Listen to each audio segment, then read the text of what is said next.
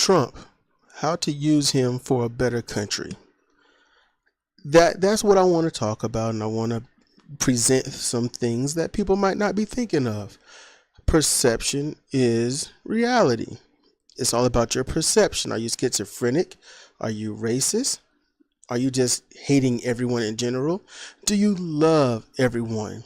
Are you naturally a good-hearted being? Do you want to help those despite what damage you do to yourself? Do you want to harm those despite what damage you do to yourself? There's that and a kaleidoscope of other things. What I want to talk about is how to get money back into your pockets. What I want to talk about is how you have the power, not the government. The problem is your perception has created a reality not in your favor. And it's not your fault. Anyone living today, roughly, not your fault. It's I have to say it's the fault of those that came before you. The fault of those who are probably long gone, maybe 20, 30, or 40 years by now. But the situation is this.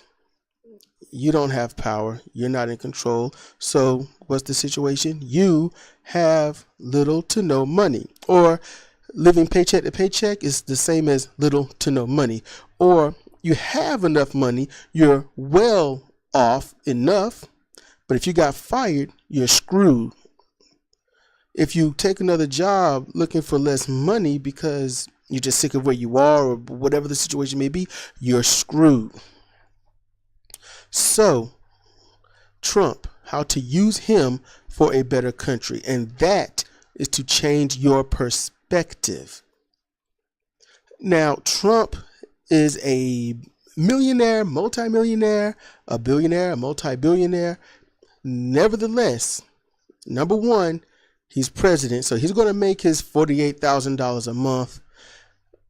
He's using that to help his businesses, which is bankrupting the Secret Service, because what do?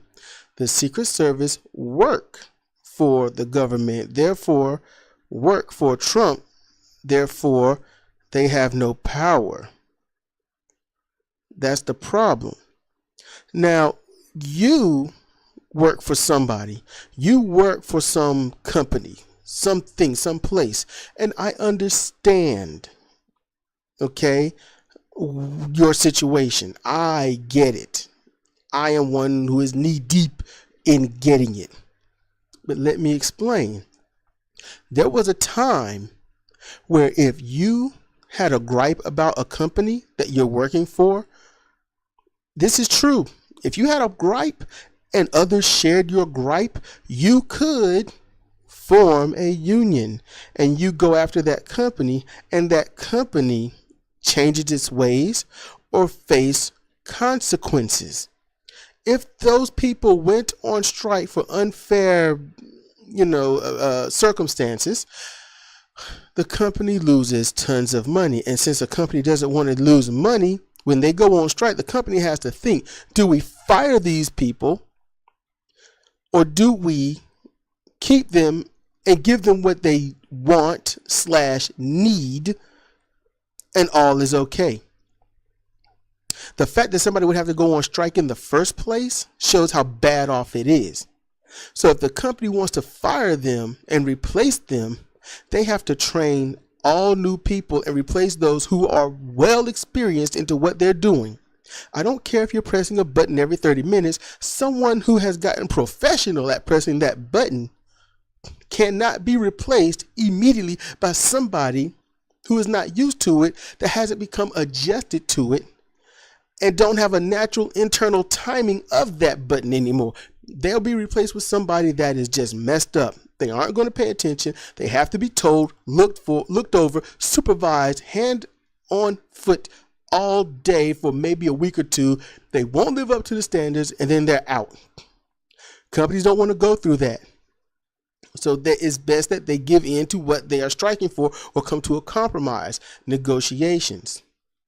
Trump comes from an era that built, okay, an era that built, keep that in mind, an era that built the ability to look at you and anyone who agrees with you and say, I will crush you if you strike.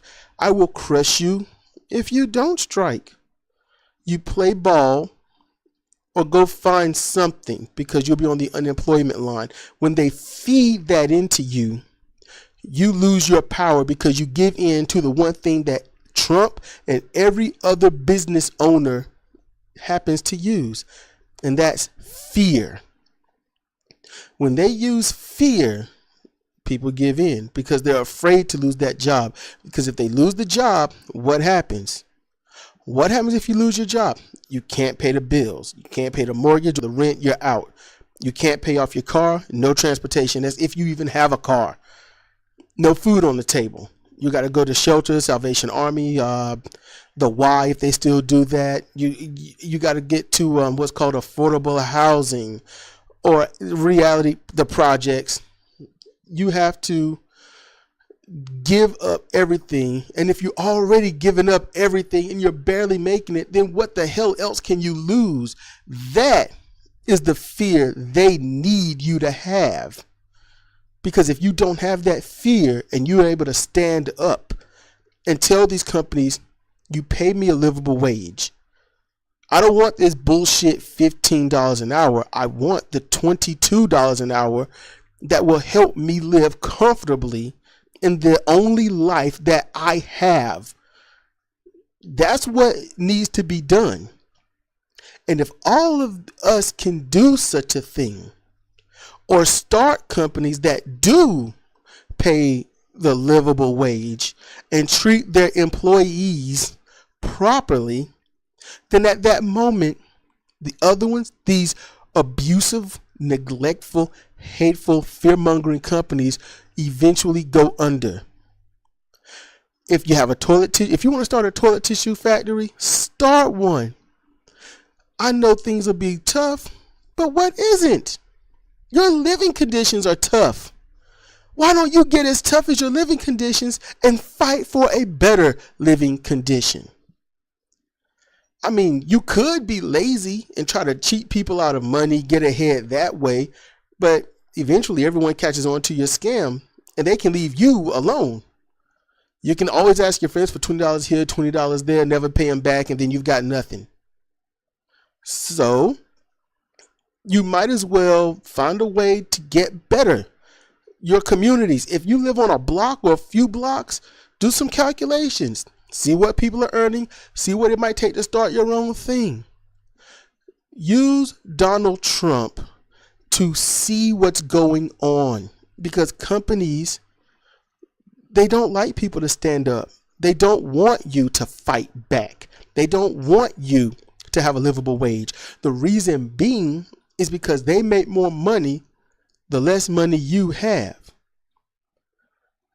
And there are places that find other ways to make money off of your life, like Walmart taking out life insurance policies on employees they know are terminally ill or possibly terminally ill or older. That's why you see, if you go to Walmart, you'll see a lot of older people working there.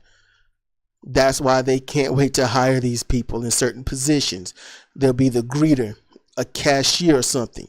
They will be at a very less physically taxing area, but they're definitely going to be in their 60s or 70s, or maybe 50s, looking like they're in their 60s or 70s.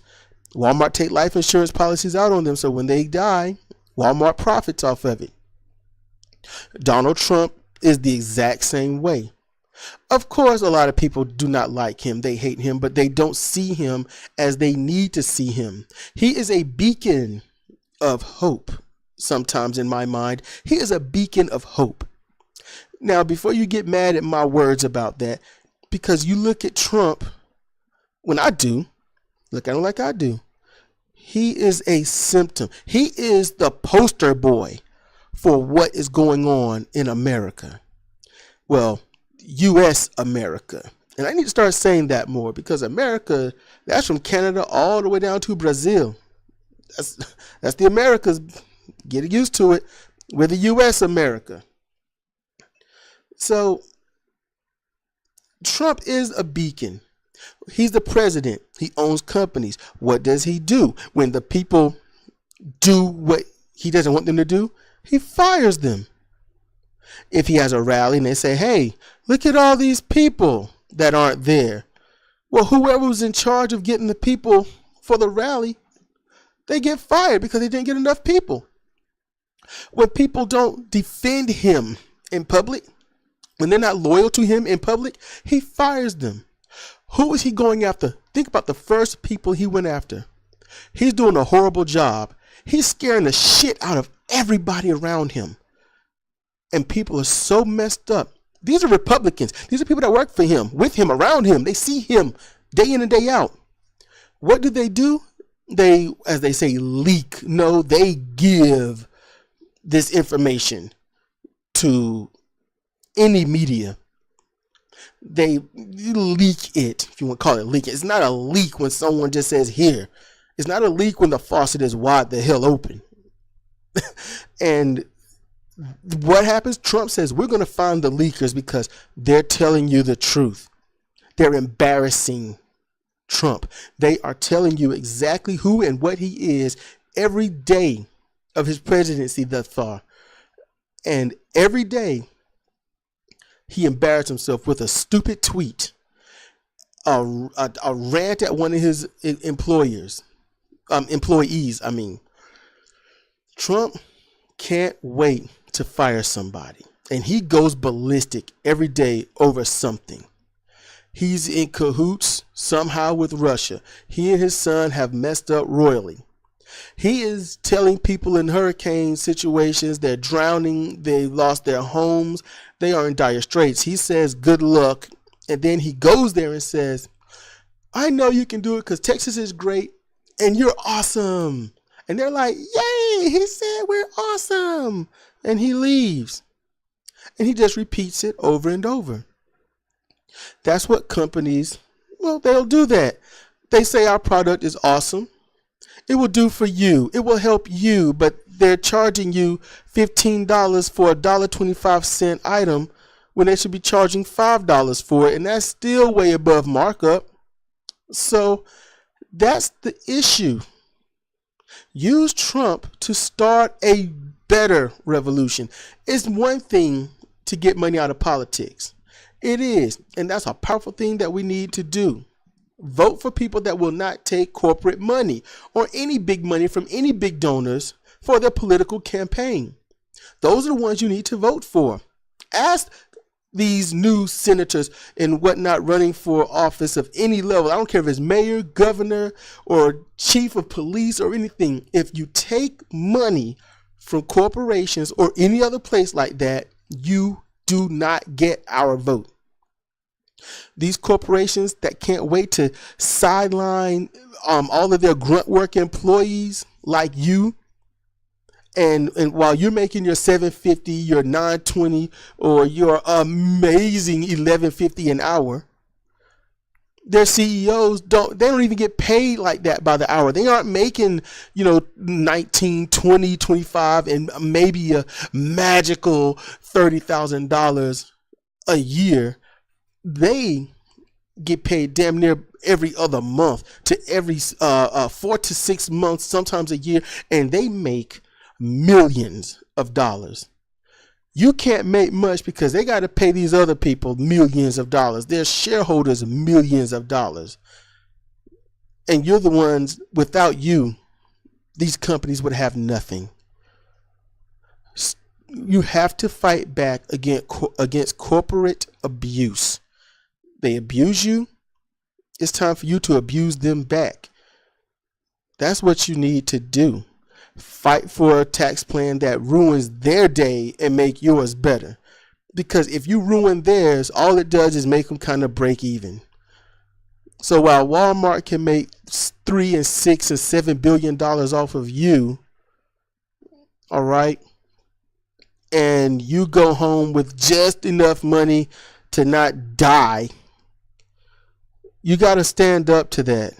Because when something else Walmart's done, I don't know if you noticed it, but people complained about Walmart and their prices, employees and everything and all this.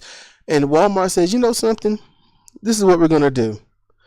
All of you cashiers and baggers, because Walmart used to have cashiers and baggers. The baggers, they got pushed away.